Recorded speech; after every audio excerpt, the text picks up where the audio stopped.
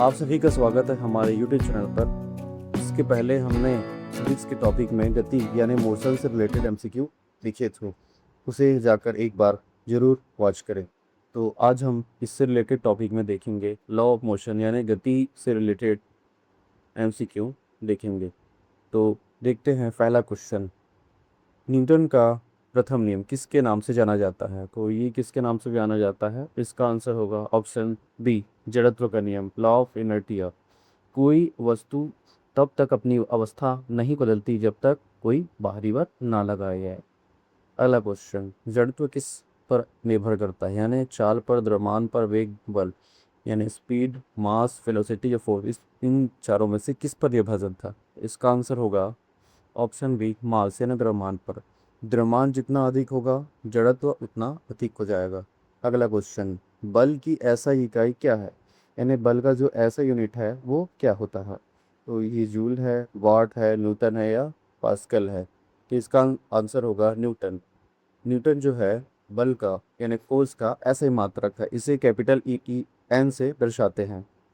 अगला question, Newton का दूसरा नियम क्या बताता है? न्यूटन का दूसरा नियम बताता है F is equal to M A या V is equal to U into. तो क्या बताता है उस पर हम देखते हैं। तो इसका आंसर होगा option A, F is equal to M A होता है। यानी बल बराबर द्रव्यमान गुणित त्वरण, यानी force is equal to mass into acceleration होता है। अगला क्वेश्चन है, क्रिया और प्रतिक्रिया किस नियम के द्वारा समझाई जाती है? First law, second law, third law या इनमें से कोई नहीं? तो क्रिया प्रतिक्रिया किस पर होती है? सी, थर्ड लॉ पर होती है, यानी तृतीय नियम पर आधारित होती है। हर क्रिया के बराबर और विपरीत प्रतिक्रिया होती है। अगला क्वेश्चन देखते हैं, बस अचानक रुकने पर यात्री आगे की ओर गिरता है, क्यों गिरता है?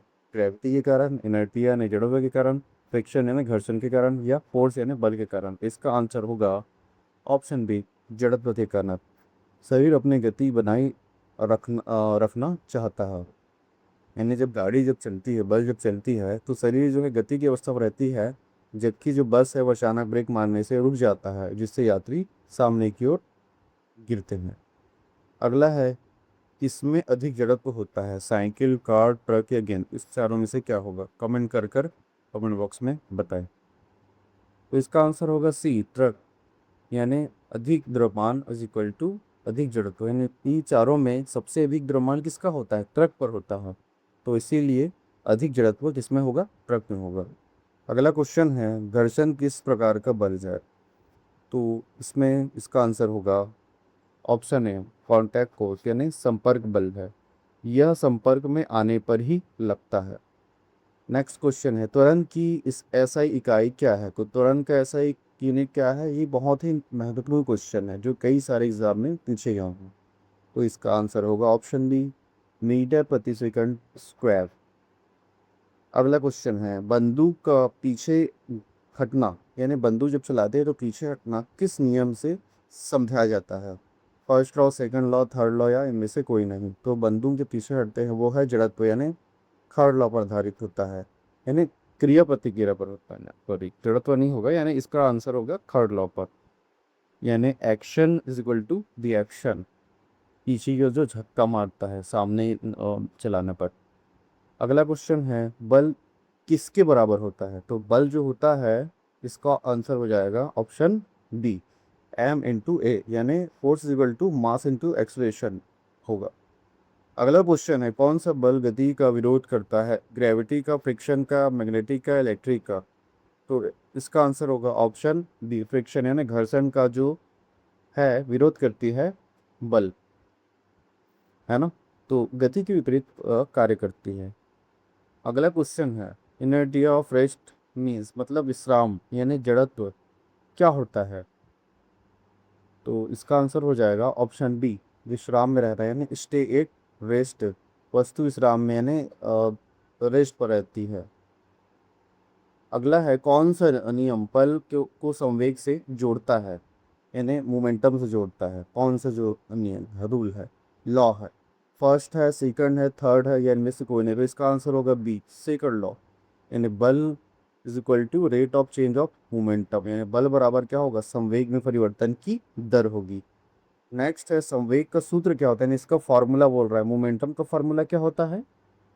ए इज है एम अपॉन ए, और बी है एम इंटू वी, सी है वी अपॉन टी, और या डी ए इंटू टी। इनमें से क्या होगा? तो इसका आंसर होगा option B, M into V, यानी momentum is equal to mass into velocity, यानी संवेग बराबर होगा द्रव्यमान विद वेग।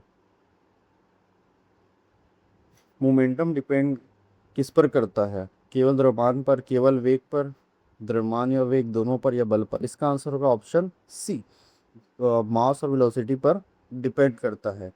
अगला है संवेग की इकाई क्या होती है? इसका आंसर होगा ऑप्शन ए, किलोग्राम मीटर प्रति सेकंड होगा, यानी संवेग की ऐसा यूनिट किलोग्राम मीटर प्रति सेकंड होती है।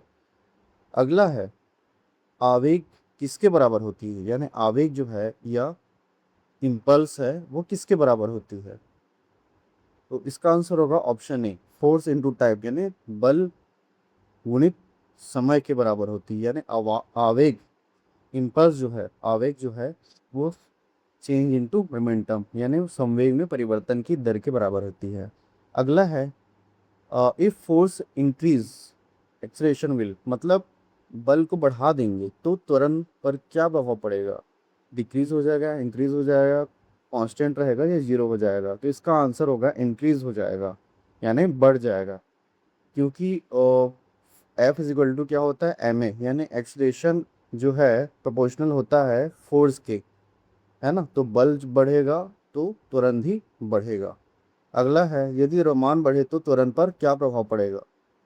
तो द्रव बढ़ेगा, घटेगा, यानी इंक्रीज होगा, डिक्रीज होगा, कि सेम रहेगा या जीरो रहेगा? तो इसका आंसर हो जाएगा घटेगा। द्रव्यमान को बढ़ाएंगे, है ना, द्रव्यमान को बढ़ाएंगे ना, मास को बढ़ाएंगे, तो एक्सलेशन क्या हो जाएगा, कम हो जाएगा, है ना, तो डिक्रीज हो जाएगा। नेक्स्ट है संवेग संरक्षण पर कौन सा नियम आधारित होता है? तो संवेग जो है कौन से नियम पर आधारित होता है, किससे रिलेट करता है? और फर्स्ट यानी प्रथम law, second law, third law, या इनमें से कोई नहीं? इसका आंसर हो जाएगा ऑप्शन सी, तृतीय नियम, यानी तीसरे नियम पर आधारित है। एक्शन रिएक्शन पेयर और कंजर्व मोमेंटम, यानी क्रिया प्रतिक्रिया से संवेग सुरक्षित रहती हो। अगला है जड़त्व को किससे मापा जाता है? बल से, द्रव्यमान से, फोर्स से, मास से, या वेलोसिटी या वेग से, या टाइम से? तो इसका आंसर होगा ऑप्शन बी, मास या द्रव्यमान से इसको मापा जाता है। कालीन को झटकने पर धूल क्यों निकलती है, यानी इस किससे रिलेट करता है? ये जो है ग्रेविटी यानी गुरुत्वाकर्षण पर, इनर्टी यानी जड़त्व पर, फ्रिक्शन यानी घर्षण पर, प्रेशर यानी दाब पर। तो इसका आंसर हो जाएगा ऑप्शन बी, जड़त्व यानी इनर्टिया पर। जैसे डस्ट जो है वो क्या होती है, वो जो है स्थिर अवस्था में रहती है, लेकिन जब वो ऊपर नीचे जब होता है, यानी कालीन को झटकते हैं, तो जड़त्व के कारण जो धूल कण है वो स्थिर होने के कारण बाहर निकल जाते हैं, जबकि गति की अवस्था में कालीन होती है जिसके कारण जो है अलग हो जाते हैं धूल। अगला है विच हैज़ जीरो एक्सलेशन, है किसका जो त्वरण है वो शून्य होता है? समान गति, त्वरण गति, वृत्तीय गति, अनियमित गति, यानी uniform motion, acceleration, circular motion, या रैंडम, किस पर डिपेंड करता है? तो ये इसका आंसर होगा यूनिफॉर्म मोशन, यानी समान गति, समान वेग पर त्वरण शून्य होता है।